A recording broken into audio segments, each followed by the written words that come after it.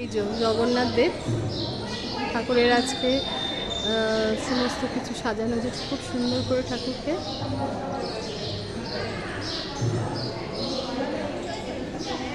আমরা এসে আরতি দেখতে পেয়েছি ঠাকুরের।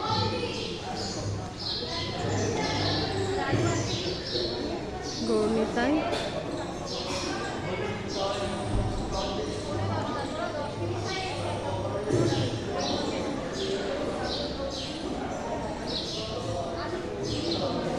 রাধা মাধব।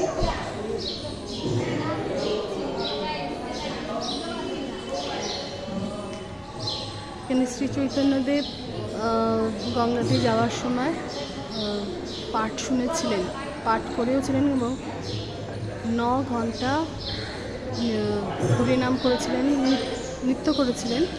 সেই জন্য এই বাড়ি এই মানে মন্দিরটার নামই হচ্ছে পাটবাড়ি।